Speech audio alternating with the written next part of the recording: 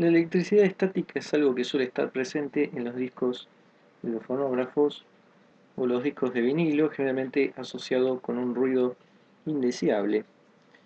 Eso suele ocurrir en parte porque tanto los discos como los reproductores suelen ser susceptibles a la estática por varias razones, inclusive por el material en el que suelen estar hechos.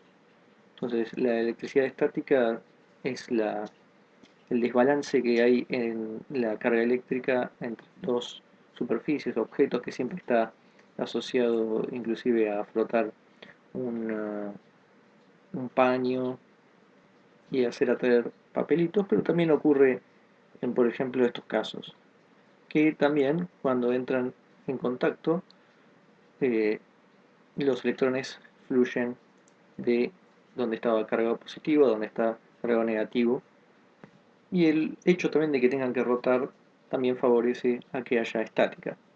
Por ejemplo, un disco que esté cargado positivamente va a atraer polvo y lo que haya por ahí a la superficie de donde está el disco, y va a hacer que haya todavía más ruido e interferencia sobre lo que estemos escuchando.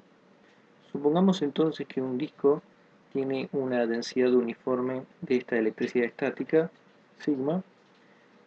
Si también decimos que rota a una velocidad angular omega, podemos decir entonces cuál va a ser su densidad de corriente de superficie K, que recordemos está definido como la corriente por unidad de ancho, pero también está definida en términos de la densidad superficial de carga y la velocidad. Uno entonces va a poder decir cuál es la densidad de corriente de superficie, pero a una distancia r del centro, que va a ser justamente sigma por b.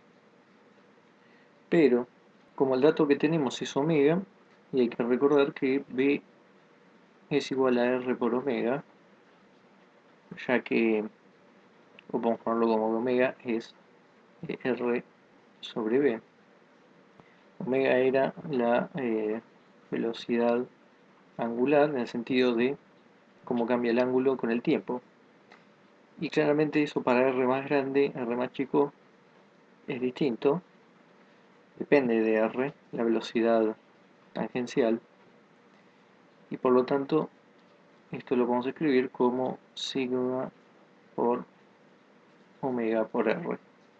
Entonces el hecho de que tenga una densidad de electricidad estática o de carga estática y que esté rotando a una velocidad omega, automáticamente tenemos esta densidad de corriente. Vamos a ver también otro caso en el que tenemos una esfera sólida cargada de radio R, uniformemente cargada, con carga total Q. La tenemos también en el origen, centrada en el origen, y tiene una velocidad angular constante omega alrededor del eje Z. Así que si eso es Z, lo que tenemos es girar alrededor de este eje. Lo que vamos a hacer también en este caso es ver cuál es la densidad de corriente de volumen ahora, que es J, que era corriente por unidad de área perpendicular también. Teníamos con el caso de la densidad de corriente superficial, pero también se podía escribir como ρ por la velocidad. Así como en el disco era para un radio R, acá va a ser para algún punto R tita phi dentro de la esfera. Lo primero que vamos a hacer es, como la fórmula sabemos que es ρ por b, ρ en términos de Q lo podemos obtener. Es decir, ρ es Q sobre el volumen, que acá es 4 tercios pi r grande cubo, o lo que es lo mismo, 3 cuartos Q pi r cubo. Lo podemos pensar parecido a el disco lo de cómo pasar nuestro B al omega. Por una parte vamos a tener la misma transformación de omega a B, en el sentido de que para R vamos a tener una distinta velocidad tangencial, pero también hay que considerar, digamos, la altura a la que estemos en nuestro punto. Eso significa que en general vamos a estar tomando algún punto de la esfera que va a tener ángulo phi, ¿no? Acá está el eje Z, acá está el eje Y, perdón, este lo llamamos en realidad θ, y el del piso es el ángulo phi. Por lo tanto, no solo va a depender de R, sino también del ángulo θ. Si por ejemplo está acá, entonces el R que tenemos que considerar es este, que termina siendo R seno de θ. O sea, vamos a ponerlo, el θ es el ángulo este, y esto es R seno de θ.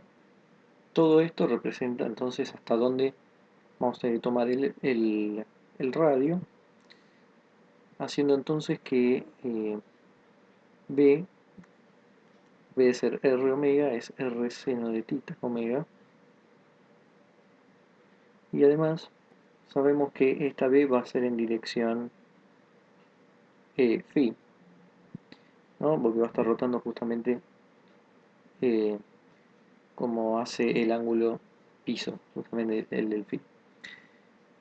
Entonces eso hace que J finalmente quede ρ, que es 3/4 Q pi r cubo, y B, que es R seno de θ en phi versor, lo cual significa que podemos expresarlo en términos vectoriales.